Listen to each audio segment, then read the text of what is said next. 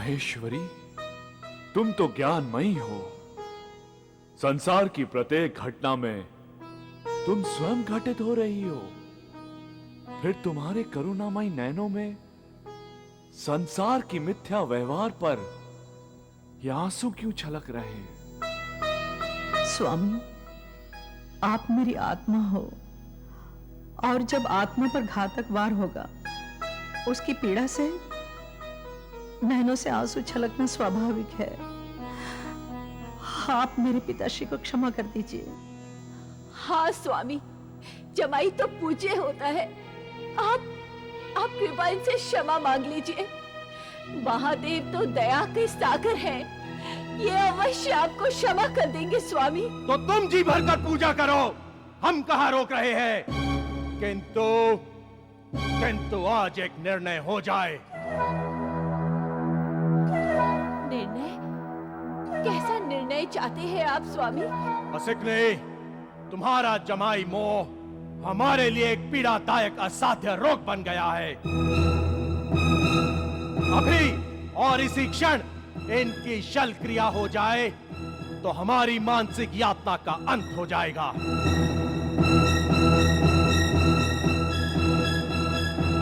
बोलो असिकने, तुम्हें क्या चाहिए? वैभवशाली पति या ये दरिद्र जमाई?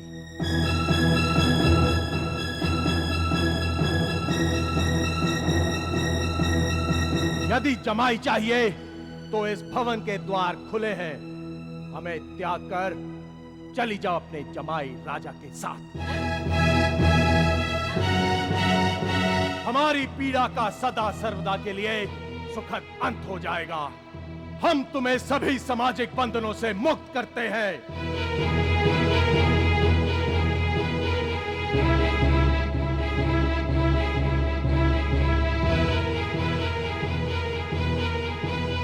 बोलो, क्या निर्णय है तुम्हारा? तुम्हें पति चाहिए या जमाई राजा? तुम्हें या मंगली शिव प्रिय है या पति परमेश्वर? हे विधाता, ये कैसी विडंबना है। एक और सत्य है तो दूसरी और धर्म, और मेरी विवशता ये है कि मैं अपने स्वामी को त्याग कर ब्रह्मकुल की मर्यादा को घायल करने की भूल कदापि नहीं कर सकती। पतिव्रता होके अमर चरित्र को मैं कलंकित कभी नहीं कर सकती विधाता, कभी नहीं कर सकती।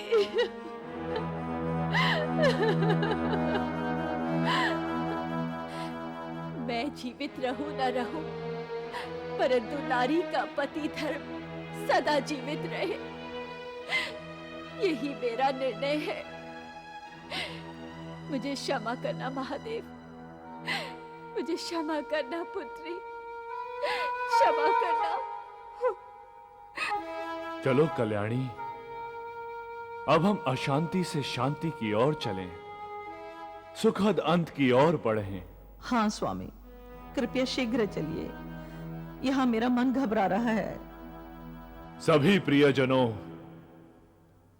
आप हमारी भूल चूक क्षमा करना।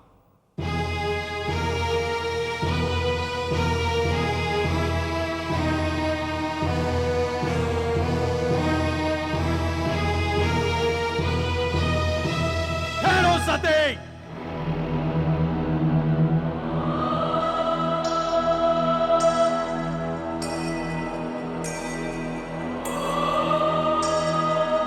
तुम्हारे निर्णय के बिना हमारे असाध्य रोग की शल्यक्रिया अभी अधूरी है। तुम भी अपनी समझदार माता श्री की तरह अपना निर्णय सुनाओ कि तुम्हें कौन चाहिए, पिता चाहिए या पति, वैभव चाहिए या निर्धनता। ऐसा आभास होता है पिताश्री कि अहंकार और क्रोध ने आपको विवेक शून्य बना दिया है, पाषाण हृदय बना दिया है आपको। क्या आपने मेरी माताश्री के महान निर्णय को भुला दिया पिताश्री? हाँ पिताश्री, मैं अपनी इस गौरवशाली माता की पुत्री हूं, जिसने पति के लिए अपनी ममता को ठुकरा दिया। इस महान माता ने सनातन धर्म के आदर्श का, पतिव्रता धर्म का जो उदाहरण अभी अभी प्रस्तुत किया है, मैं भी उसी धर्म मार्ग की पथगामिनी हूं, उसकी अगली श्रृंखला हूं।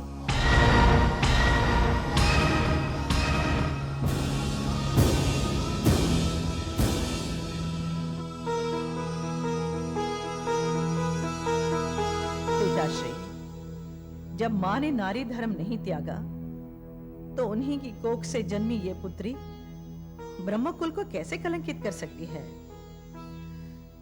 मैं जीवित रहूं या ना रहूं, परंतु पतिव्रता नारी की आन संसार में सदैव अमिट रहेगी।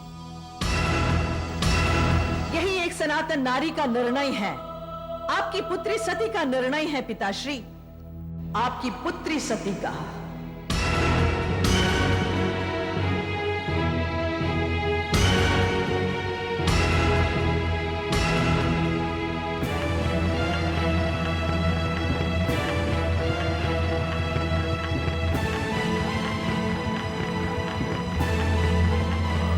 चलिए स्वामी।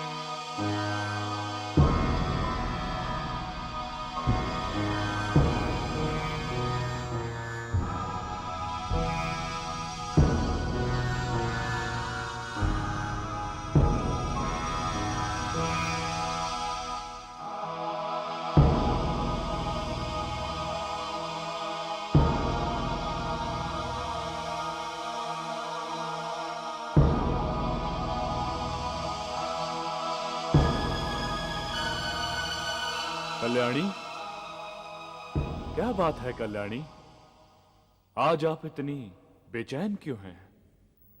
कुछ नहीं नाथ, बस यूं ही मन इधर उधर भटक रहा है। तो मन को शांत करने का सरल उपाय तुरंत कीजिए कल्याणी। मैं समझी नहीं नाथ। कुछ समय के लिए मायके चले जाइए, अपने प्रिय माता पिता को देखे। आपको बहुत समय बीत गया है, वो लोग भी आपको प्रतिदिन स्मरण करते होंगे। हमारा कहा मानो सौभाग्य, एक तो मायके जाने से वातावरण बदलेगा, दूसरा अपनों से मिलन होगा, उनसे सुख दुख की बातें होंगी, प्रेम का आदान प्रदान होगा। इस तरह अशांत मन शांत हो जाएगा। क्या मैं आपको भार लग रही हूं प्राणनाथ? नहीं, ऐसी बात नहीं है कल्याणी। भला शरीर को अपनी आत्मा भार कैसे लग सकती है? यदि ऐसा है नाथ, तो फिर मुझसे पिताश्री के द्वार पर जाने का आग्रह मत कीजिए। अब मेरा कौन सा संबंध रह गया है उनके साथ? हे प्रिय, साधारण सी बात को इतना महत्व देना उचित नहीं है। रक्त संबंधों को त्यागा नहीं जा सकता। परंतु नाथ, जहां आपका सार्वजनिक अपमान हुआ है, उनको स्वप्न में देखना भी अब मेरे लिए घोर पाप है।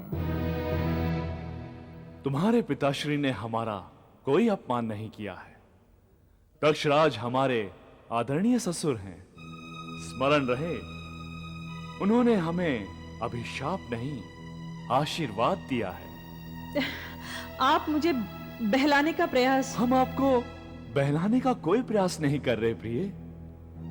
अपनों के द्वारा किया गया अपमान अपमान नहीं होता, भविष्य की अनमोल शुभकामनाएं होती हैं। अपनों के द्वारा की गई साधारण सी भूल को भूल जाना ही गृहस्थ जीवन का अमृत है। अपने सदा अपने ही रहते हैं, उनसे रूठ जाना हमारा आदर्श नहीं है। आप मुझे आदर्शों की झूठी दुहाई मत दीजिए नाथ। बोलिए, कौन अपना है वो जिन्होंने पिता होकर अपने अधिकार का दुरुपयोग तो किया, किंतु उन्होंने अपने कर्तव्य को भुला दिया। जिन्होंने आपको अपमानित करके मुझे मानसिक पीड़ा पहुंचाई है, उनसे मेरा कोई मोह नहीं है।